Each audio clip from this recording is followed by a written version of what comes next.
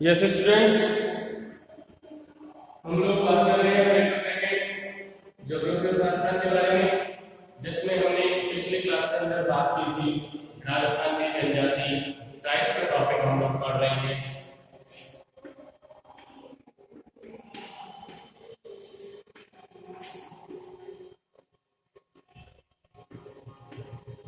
जिसमें last class के अंदर हमने बात की है, जैसे हम पिछली कई क्लासेस के अंदर इस टॉपिक को हम पढ़ रहे थे, जिसमें ट्राइब्स के बारे में हम बात कर चुके हैं और जिसमें हम पिछली क्लासेस के अंदर बात की थी राजस्थान की। सबसे पहले हमने मीना जनजाति को डिस्कस किया था, उसके बाद भील जनजाति को डिस्कस किया था, लास्ट क्लास के अंदर हमने बात की थी गरासिया जनजाति के बारे में। इसके बाद आगे बात कर रहे हैं राजस्थान के अंदर राजस्थान की एक और जनजाति के बारे में, जो कौन सी है? सहरिया जनजाति।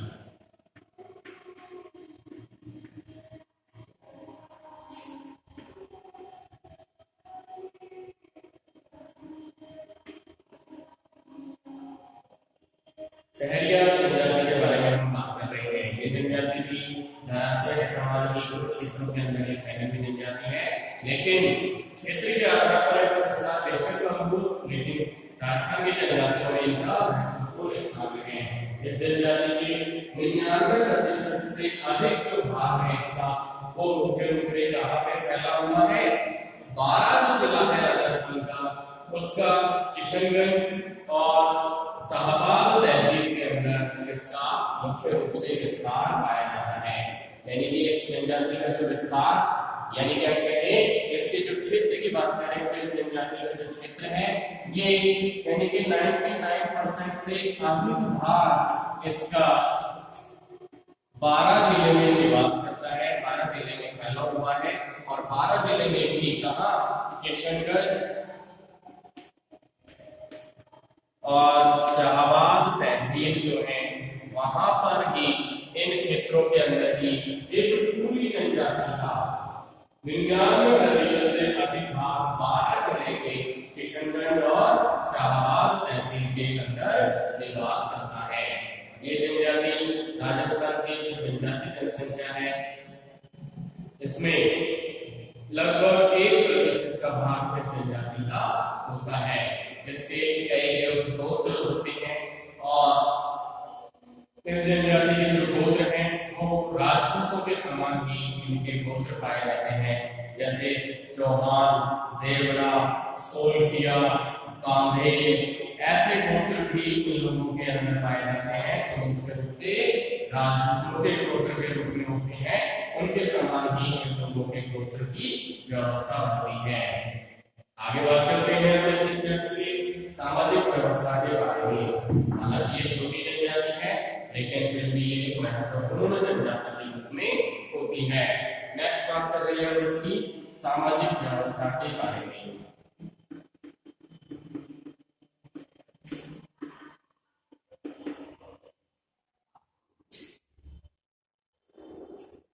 शहरी जनजाति के जो गांव है इनको सहरोल कहा जाता है, यानी कि इन लोगों के जो गांव है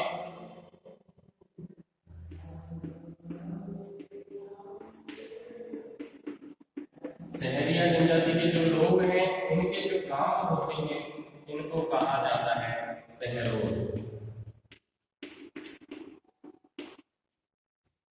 इन गांवों को सहरोल के नाम से जाना जाता है, जिसमें इन लोगों के निवास होते हैं।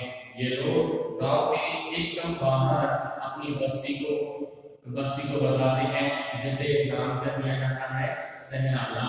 सहराना क्या है?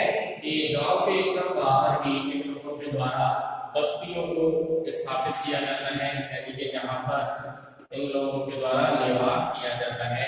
ये बस्तियों को जो गांव के एकदम बाहर होती है उसे कहा जाता है सहराना। सहरोल क्या है? इन लोगों के गांव है और सहरोल के पास में ही जो बस्तियां बसी हुई होती हैं, जिनके बाहर की ओर होती है, उन्हें कहा जाता है सहराना। और इस बस्ती में कोई भी गैर सहरिया जनजाति के अलावा किसी भी प्रकार का कोई भी आदमी, कोई भी व्यक्ति इनके अंदर निवास नहीं कर सकता है। यानी कि शहरी जनजाति के अलावा इनकी जो बस्तियां होती हैं उस बस्ती के अंदर मुख्य रूप से शहरी जनजाति के लोग ही निवास कर सकते हैं। इसके अलावा किसी भी प्रकार का कोई भी व्यक्ति उनकी बस्तियों के अंदर जाकर निवास नहीं कर सकता है। इनकी सबसे छोटी जो इकाई होती है वो कहलाती है फला, यानी कि इन गांव की सबसे छोटी इकाई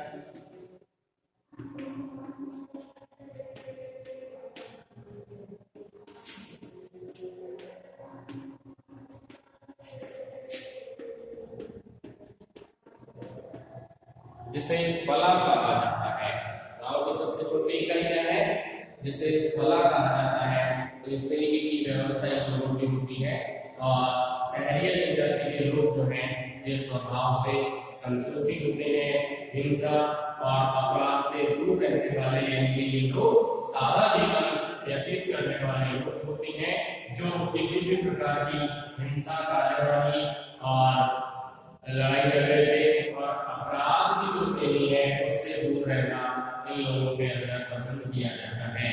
ये लोग अपने स्वभाव के बहुत ही मजबूत होते हैं, बहुत ही पक्के होते हैं और ये इतने पक्के होते हैं कि ये लोग बेशक भूख से मर सकते हैं लेकिन कभी भी लोगों के द्वारा भीख नहीं मांगी जाएगी। यानी कि ये लोग भूख से मरना पसंद करेंगे लेकिन कभी किसी के आगे हाथ नहीं फैलाएंगे। इस तरीके से ये लोग मेहनती होते हैं, स्वभाव से संतोषी होते हैं, कठिन परिश्रमी होते हैं और ये लोग सादा जीवन व्यतीत करने में विश्वास करते हैं। किसी भी प्रकार के अपराध या हिंसा जो होती है इन सभी से दूर ये लोग रहते हैं।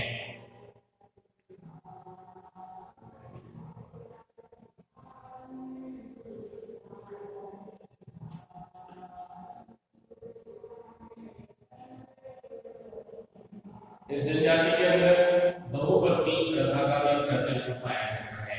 यानी कि शहरी जनजाति के अंदर बहुपत्नी प्रथा भी प्रचलित होती है। घराशियों के समान ही इस जनजाति में बहुमूल्य प्रथा भी प्रचलित होती है। जैसे हमने घराशी जनजाति की बात की थी कि वर यानी कि लड़के के परिवार के द्वारा लड़की के परिवार को वैवाहिक भेंट देकर के उसका मूल्य चुकाया जाता है। इस तरीके की रस्म लोगों के अंदर भी प्रचलित है। सर्वोत्तर के यानी कि एक समान गोत्र के अंदर विवाह लोगों के परिवार में नहीं किया जाता है। जैसे हिंदुओं में और या हम कहें घराशी जनजाति के अंदर में हमने जो पढ़ा था विवाह व्यवस्था, उसके अंदर भी हमने बात की थी कि समान गोत्र के अंदर लोगों के द्वारा विवाह की व्यवस्था नहीं होती है और समान गोत्र वालों को आपस में भाई बहन समझा जाता है। इस तरीके की व्यवस्था इस शहरी जनजाति के अंदर भी पाई जाती है। और कन्या के गोद में मिठाई रख करके सगाई संबंध जो है इसको पक्का माना जाता है, जिसे गोद भराई की रस्म के रूप में जाना जाता है। और गांव के जो पंच लोग होते हैं उनके द्वारा ही शादी लोगों के बीच में कराई जाती है। यानी कि गांव के अंदर शादी की व्यवस्था जो की जाती है ये मुख्य रूप से पंच लोगों के द्वारा ही की जाती है। लड़के और लड़कियों की शादी की जो उम्र है वो बालिग होने पर ही होती है। यानी कि जब ये वयस्क रूप में होती है तभी उन लोगों की शादी कराई जाती है। इससे पहले विवाह की व्यवस्था इस जाति के अंदर नहीं होती है। इस जाति के अंदर मुखिया को कोतवाल कहा जाता है। यानी कि जो गांव का मुखिया होता है उसे क्या कहा जाता है? कोतवाल।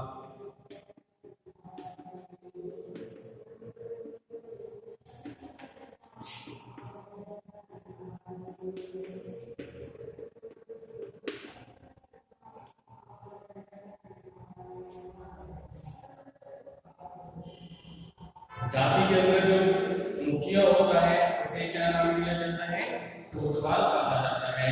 श्रावण, श्राद्ध, नवरात्र दशहरा, दीपावली, होली, आदि ये सभी त्योहारों को इन लोगों के द्वारा मनाया जाता है। यानी कि इन लोगों के जो मुख्य त्योहार हैं वो हिंदुओं के मुख्य त्योहार के रूप में ही होते हैं और उन त्योहारों के रूप में ही हिंदुओं के त्योहारों को ही इन लोगों के मुख्य त्योहार के रूप में माना जाता है, जिसमें ये लोग होली, दिवाली, दशहरा, आदि, नवरात्र, श्रावण पक्ष और श्राद्ध वगैरह इन सभी को मनाते हैं। ये लोग कुवाड़ की सब्जी भी खाते हैं और मीठे की पूर्ति इन लोगों के अंदर जंगल में पाया जाने वाला जो महुआ फल होता है उससे प्राप्त की जाती है। यानी कि जंगल के अंदर जो महुआ फल पाया जाता है उस फल के द्वारा इन लोगों के जो खाने की व्यवस्था है उसमें मीठे की पूर्ति की जाती है। शहरिया लड़के और जो लड़कियां हैं ये मोटा मुंह और अच्छी कद-काठी के रूप में होते हैं, तंदुरुस्त होते हैं। यानी कि जो शारीरिक व्यवस्था है, शारीरिक संरचना है ये मजबूत होती है। यानी कि मजबूत कद-काठी के रूप में इनके शारीरिक संरचना होती है और ये हष्ट-पुष्ट होते हैं, तंदुरुस्त शरीर के होते हैं। लेकिन ये उतने मजबूत भी नहीं होते जितने की भील जनजाति के लोग होते हैं।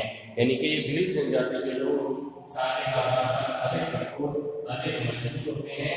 ये मजबूत तो है लेकिन भील जनजाति के समान ये लोग मजबूत नहीं होते हैं। साक्षरता इनमें बहुत ही कम मात्रा में पाई जाती है। ये लोग निरक्षर होते हैं, कम पढ़े लिखे होते हैं, ना के बराबर ही इन लोगों के अंदर साक्षरता की स्थिति होती है। पुरुषों के अंदर यदि साक्षरता की बात की जाए तो 100 में से 2 से 2.5 व्यक्ति ही पढ़े लिखे होते हैं, जबकि स्त्रियां 100 स्त्रियों की यदि बात की जाए तो उसमें से भी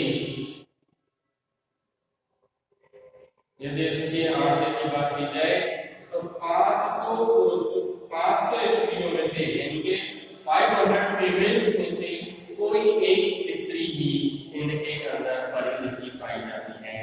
तो इनके अंदर साक्षरता का जो स्तर है, लिटरेसी लेवल है, वो बहुत ही डाउन है, बहुत ही नीचे है। ये लोग अपने अधिकारों की सुरक्षा के लिए, अपने अधिकारों को प्राप्त करने के लिए इनके अंदर सामूहिक शक्ति से लड़ने की क्षमता होती है। ये लोग आज भी इसलिए पिछड़े हुए हैं, क्यों? क्योंकि इन लोगों के द्वारा आज की स्थिति में भी अपने अधिकारों के प्रति उतने सजग नहीं है, उतने अधिक मजबूत नहीं होते हैं और इतना अधिक विश्वास भी इनके अंदर नहीं है। इस वजह से ये इस स्थिति के अंदर अभी भी बहुत ही पीछे है, बहुत ही डाउन स्थिति के अंदर है। आगे बात करें हम सामाजिक व्यवस्था के बाद में शहरी जनजाति की आर्थिक व्यवस्था यानी कि अर्थव्यवस्था के बारे में। शहरी जनजाति के जो लोग हैं ये जहाँ पर समतल भूमि इनको मिल जाती है वहीं पर इन लोगों के द्वारा कृषि और पशुपालन किया जाता है। यानी कि समतल भूमि के अभाव में इन लोगों के अंदर कृषि का विकास नहीं हुआ है, लेकिन जहाँ पर समतल भूमि की प्राप्ति हुई है वहां पर इन लोगों ने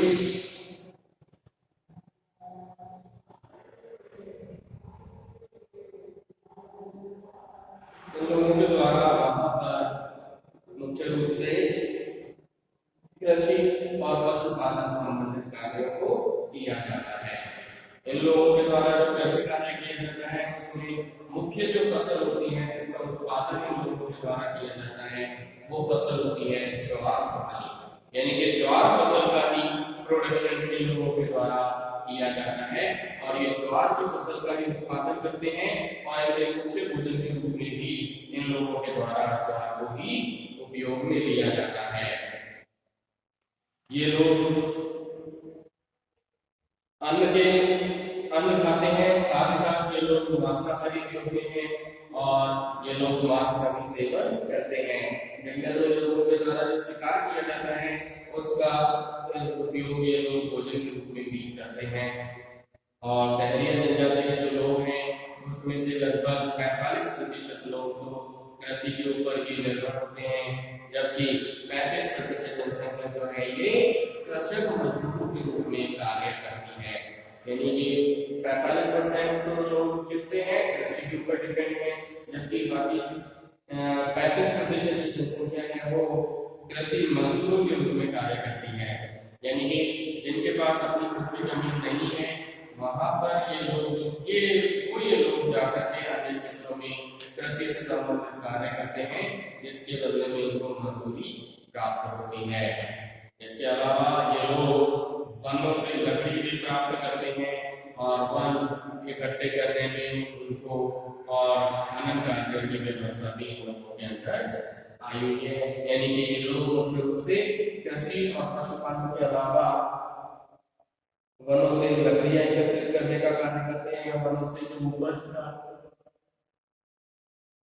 उपज की प्राप्ति होती है, जैसे शहद है, गोंद है, पत्तियां हैं, इनका भी इन लोगों के द्वारा उपयोग में लिया जाता है और साथ ही साथ ये लोग खनन कार्य भी करते हैं। इसके अलावा इस क्षेत्र के अंदर मामुनी की एक संकल्प संस्था है जो यहाँ पर शहरी जनजाति के लोगों के क्षेत्र में कार्य कर रही है।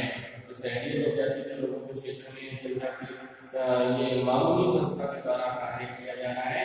यानी कि इनको उद्धार करने के लिए, इनको डेवलप करने के लिए मामुनी क्षेत्र की संकल्प संस्था के द्वारा इन लोगों को सहायता प्रदान की जा रही है। इस क्षेत्र के संस्था के जहाँ कहीं भी शहरों के संपन्न पढ़े लिखे जो युवक हैं, ये शहरिया आदिवासी जनजाति है, इसके साथ में ये लोग रहते हैं, खाना खाते हैं, पढ़ाई की बात करते हैं और इनको सामाजिक जीवन के रूप में संपन्न करते हैं। और वर्तमान जो स्थितियां हैं उनसे इन लोगों को संबंधित किया जाता है, यानी कि उनकी जानकारी भी इन लोगों को दी जाती है। शहरी जनजाति के लोगों में नई क्षेत्र को जागृत करने के लिए और साथ ही साथ इनमें जो शोषण हो रहा है उसका विरोध करने के लिए भी इन लोगों को जानकारी प्रदान की जा रही है, जो संकल्प संस्था के द्वारा किया जा रहा है। तो इस तरीके की जानकारी देकर इन लोगों के द्वारा इनका आर्थिक स्तर ऊंचा करने में और इनकी जो व्यवस्था है, जीवन शैली है, इन सभी को इन लोगों के द्वारा संपन्न कराया जा रहा है और एक नए जीवन के प्रति चेतना को जागृत किया जा रहा है। तो ये बात की अपनी इस क्षेत्र की शहरिया जनजाति के बारे में। इस तरीके से अभी तक हम बात कर चुके हैं राजस्थान की कई जनजातियों के बारे में और इसके अलावा हम राजस्थान की एक और जनजाति के बारे में बात कर रहे हैं जिसको जाना जाता है सासी जनजाति के नाम से।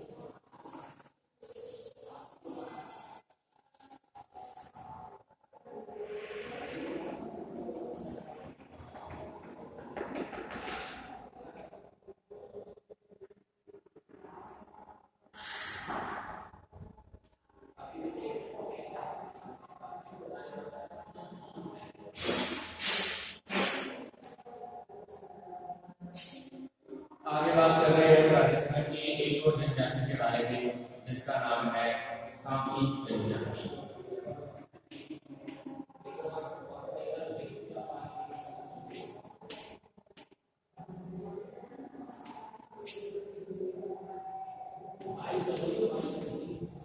सासी ट्राइब यानी कि सासी जनजाति के बारे में बात कर रहे हैं।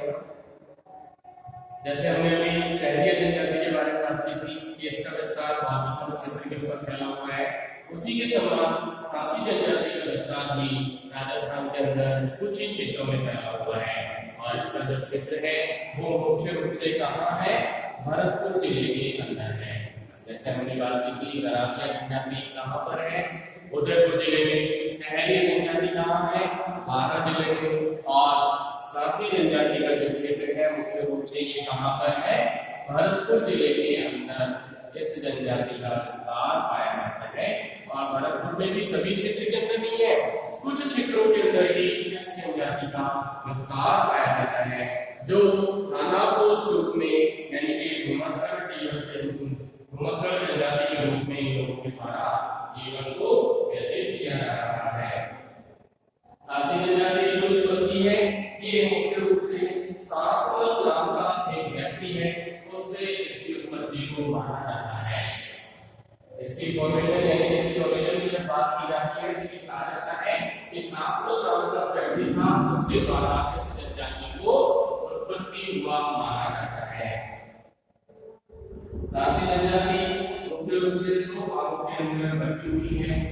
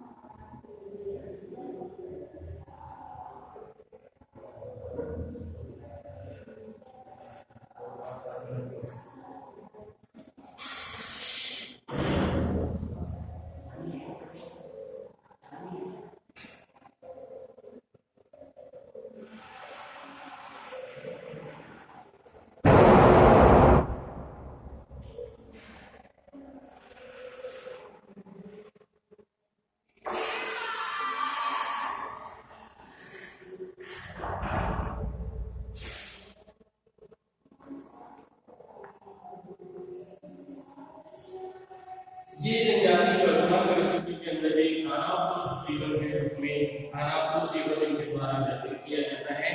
और इस जनजाति की जो उत्पत्ति है वहां भी आपको बताई थी कि सासवल नाम का कोई व्यक्ति था, उससे इसकी उत्पत्ति मानी जाती है। ये जनजाति दो भागों में बटी हुई है, यानी कि इस जनजाति के दो भाग हैं, जो एक भाग तो है इसका बीजा और दूसरा भाग इसका कहलाता है माला।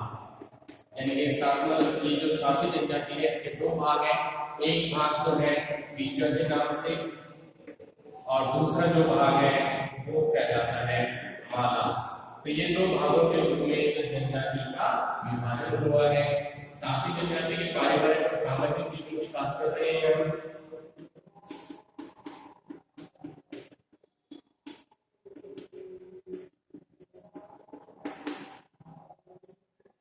सोशल लाइफ और जो फैमिली लाइफ है उसके बारे में बात कर रहे हैं। तो सासी जनजाति खानापोश रूप में है, यानी क्या है, हर्डिंग कल्चर के रूप में होती है, यानी कि ये लोग घुमक्कड़ जीवन जीते हैं, आज यहाँ कल वहाँ परसों कहीं और। तो इस तरीके से इन लोगों के द्वारा स्थायी रूप से निवास नहीं किया जाता है। ये लोग बहुत ही छोटे समय पर रुकने के लिए अपने घर बनाते हैं, उसके बाद दूसरे स्थानों पर ये लोग आगे चले जाते हैं। तो इस तरीके के खानापोश जीवन हर्डिंग लाइफ के लोगों के द्वारा उपयोग में ली जाती है। ये लोग बहुविवाही होते हैं, यानी कि इन लोगों के अंदर इन लोगों की जो सामाजिक व्यवस्था है इसमें ये लोग बहुविवाही के रूप में होते हैं, यानी कि मल्टी मैरिज के रूप में होते हैं। ये लोग बहुत शादियां करते हैं और विवाह को निश्चित करना इनके माता पिता का कर्तव्य माना जाता है। विवाह से पूर्व भी किसी भी प्रकार के कोई भी अनैतिक कार्य करना इन लोगों के लिए इलीगल माना जाता है, अनैतिक माना जाता है, अवैध माना जाता है। इन लोगों के अंदर परिवार के अंदर सगाई की जो रस्में होती हैं ये बहुत ही अनोखे तरीके से इन लोगों के अंदर सगाई की रस्मों को पूर्ण किया जाता है। ये इस जनजाति की एक विशेष पहचान के रूप में है। और इन लोगों के द्वारा सगाई की रस्म की बात की जाए तो जब दो खाना को सहयोग से घूमते फिरते किसी एक स्थान के ऊपर बन जाते हैं तो ये सगाई इनकी मानी जाती है। यानी कि खाना को दो समूह के कोई लोग आपस में जब घूमते हुए कहीं पे मिल जाते हैं तो इनकी सगाई मानी जाती है। और नारियल के डोले को लेकर के ही लेन देन करने के बाद ये विवाह को पक्का मान लेते हैं।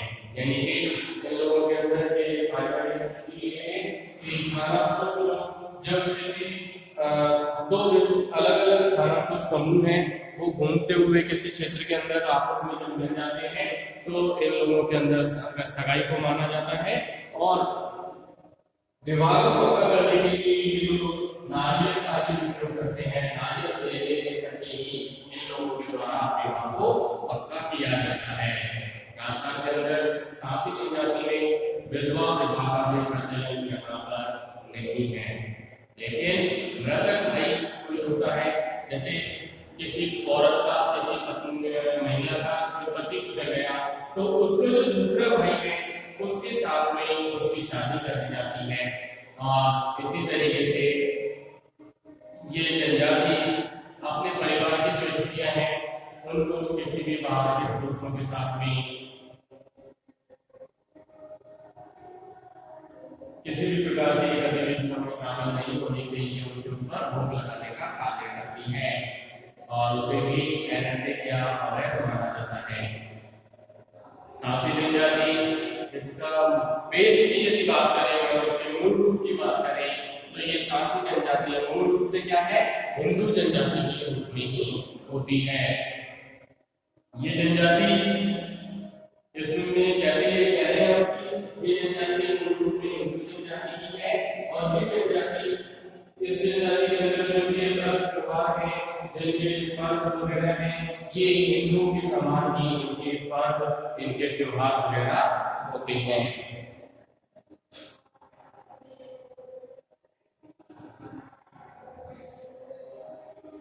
इन लोगों के जो धार्मिक जीवन है इनका, उस धार्मिक जीवन के अंदर इन लोगों के द्वारा हिंदू देवी देवताओं की पूजा की जाती है। ये लोग अंधविश्वासी होते हैं और प्राचीन पारंपरिक जो परंपराएं हैं उनका निर्माण लोगों के द्वारा किया जाता है।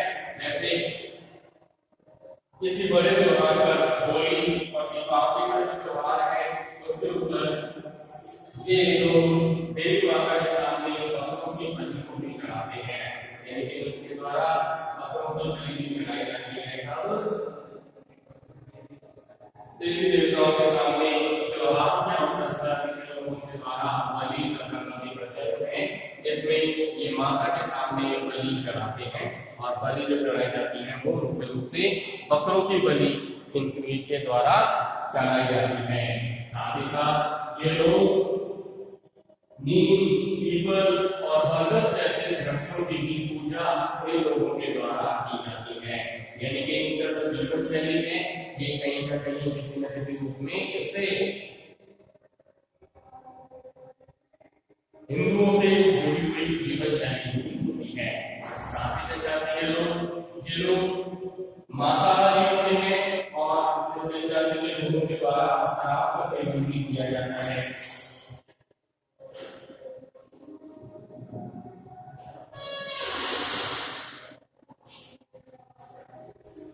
शिकार कार्य का कार्य जो मांस बनता है उसका उपयोग ये लोग भोजन के रूप में करते हैं। साथ ही मदिरा का सेवन भी इन लोगों के द्वारा किया जाता है। शराब भी इन लोगों के द्वारा अधिक उपयोग में ली जाती है।